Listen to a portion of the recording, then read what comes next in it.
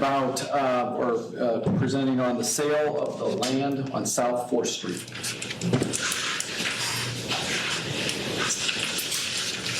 Hello, everyone. Well, that was what I was going to talk about, but we're going to have to add it to the end here because I was given a copy of the school board policy. Everyone was. So at the beginning of this, and I'm going to read it for you.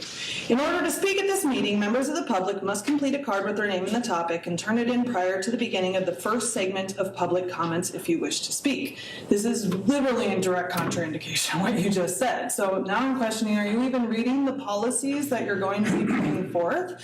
Because that doesn't give two opportunities for people. That means that people now have to come at the beginning of the meeting, turn in a card, and sit here the whole time. And what happens if they want to address two things like I do? This is on the agenda, but I've put it at the end because I have things that are not on the agenda.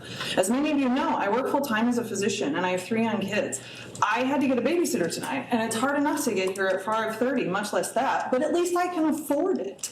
So what about the people that can't afford it, or the people that can't be away from work for 2 hours? Like the gentleman that talked in your defense 2 weeks ago could not leave his managing position for 2 hours to sit here. Surely you recognize how that's a discriminatory policy against people who do not share the privilege you and I have, where we can afford these type of things. So I highly encourage you to revisit it and try to look at it from that lens, from someone who's less fortunate than we are. And if you're not going to, then for the love of God, get a Wi-Fi router down here because I cannot sit out there for 2 hours every week without reception. So it's what I was actually going to talk about. I wanted to take a little break from pointing out how I think the board and district are failing our minority students and focus instead on how I think they're failing their Morton taxpayers. I alluded at my last presentation about the decision the board made earlier this year to cost the taxpayers $1.6 million, also while sacrificing the ability for the district to expand within town limits. For those of you who were not on the board in 2013 and may not know what I'm talking about, I'm going to start with a little history lesson.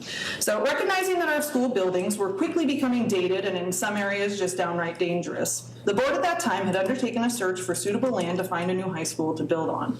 As many of you are aware, land in Morton city districts is not only rare to come by, but very expensive to develop.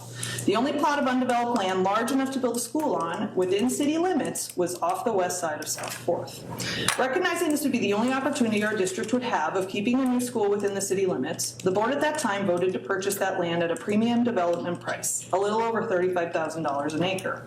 Part of that agreement was allowing the district to rent the land to the Andersons and Unzikers in perpetuity until the land was developed for a school, which means our school district was making money off of owning that land. I've heard from more than one previous board member this purchase was a gift to future generations, ensuring the ability to expand the schools when it finally became necessary to do so. This board decided last year to sell that plot of land back to the Andersons and Unzikers, the original people we purchased it from, at a price of $22,000 an acre, which amounted to a $1.6 million loss to the district. And I can't for the life of me understand the reasoning behind that decision. This was a monumental decision with far-reaching consequences beyond the immediate loss of the $1.6 million. And yet I went back and I reviewed all the board meeting minutes from last year, watched them, and I can't see that this sale was discussed in depth at all. From what I can tell, the board never solicited public opinion or even any expertise when considering the sale of this property. Unless it was done in a closed session, I don't even see that you discussed it as a group. Now, obviously, I do not have any expertise in finances or agricultural development, but you know who does? Members of our community, and they were more than happy to speak with me and discuss the decision to sell this plot of land, as they I'm sure would have been to talk with you.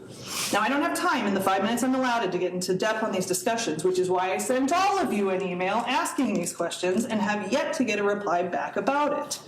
But they all came to the same opinion. All 3 people I talked to that have a background in finance or agricultural development basically said the sale of this land was extremely short-sighted and a monumentally stupid financial decision for our district to make. So I'm requesting a public response from the board to refute that.